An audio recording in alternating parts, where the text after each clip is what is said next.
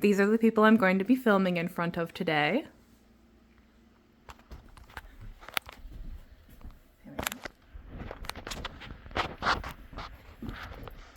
My name is Catherine Middleton, and today I will be presenting the value of play, how tabletop games facilitate communication and community. So there can be a little bit of confusion between what a tabletop game is versus a video game. A tabletop game is played in person, typically around a table like the name suggests. It is multi-person, and it uses physical items such as these little figurines, or dice in the process of playing it. Some examples of these are Catan, Dungeons and Dragons, which use the dice, and Kingdom Death Monster, which uses the little figurine that was shown. And then for video games, they're often played over a distance. They can be single player or multiplayer. They use different physical items, such as controllers or monitors, to interact with a non-physical world. And some examples of these are Stardew, League of Legends, and Subnautica. So, now that we know what a tabletop game is, what are the goals of it? The goal of a tabletop game is to tell a story and to bring about conflicts to your players that are solved in different ways. And ultimately, it's to have fun with your friends. What skills does this build? A study from Kansas State University titled Bonding Through Board Games, Developing Soft Skills by Elizabeth Brusheen Cartagena mainly focuses on the soft skills that tabletop games build, but there are some hard skills as well. So in this study, she saw a significant increase in children after playing video games with each other in skills such as self-control, communication on a nonverbal, verbal, written, and an active listening level. Their social skills became better, they communicated better, and higher order thinking, such as being able to, memorize things and recall it later, as well as the mental flexibility of having to change a plan when your original one doesn't go right, which often happens in board games and tabletop games.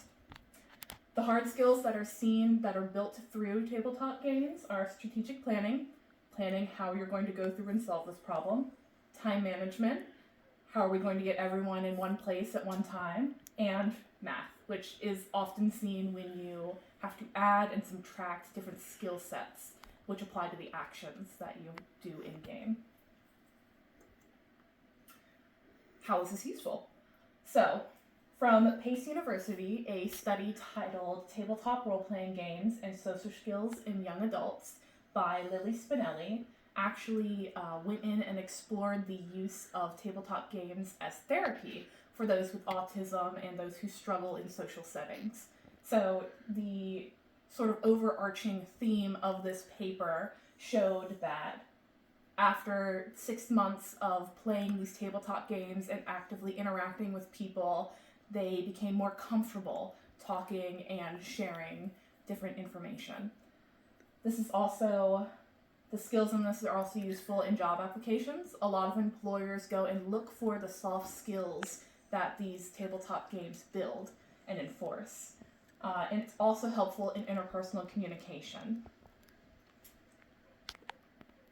Going off of the interpersonal communication, the ritual of meeting up, once a month, once a week, every other week, really helps with building that sort of rapport with your friend group, your tabletop game mates. And then the self-disclosure that we see in character is oftentimes really helpful in our one-to-one conversations. The soft launching of these very emotional, vulnerable topics is less intimidating when you do it on a smaller scale more often. Conflict management, again, is something that is soft launched through these characters and a skill that is repeated over and over and is seen sort of being elevated when it's practiced more in these games and then transferred over to our one-on-one conversation. Both the self-disclosure and conflict management are different parts of interpersonal communication that we were seen in Chapter 6 and Chapter 7 of the textbook. Building community. So all this is great, but how does it relate to community? It can be seen on large and small scales. Countrywide and nationwide, you have people such as Matt Mercer, who star in Critical Role. They have 2.74 million followers on YouTube. Brennan Lee Mulligan, who stars in Dimension 20, who has 1.1 million followers on YouTube and does lots of community outreach. They do lots of fan meetup. And then locally, we have places such as Cryptic Pizza in Solomon's and Sword and Spoons in Lexington Park. Their whole business model is the idea that people meet up and they need places to meet up for these tabletop games. And then, of course, a personal experience in my own home. Once a week, we play Kingdom Death Monster, and we use this little figurine. The key takeaways. Tabletop games and video games are not the same, even though there can be a little bit of overlap. Tabletop games build soft skills and hard skills, but we mainly focus on the soft skills that they build and reinforce. They help communication by soft launching hard topics that we might deal with in our personal lives, and it fosters community on a large nationwide scale as well as in a personal scale. And here's the Works Cited.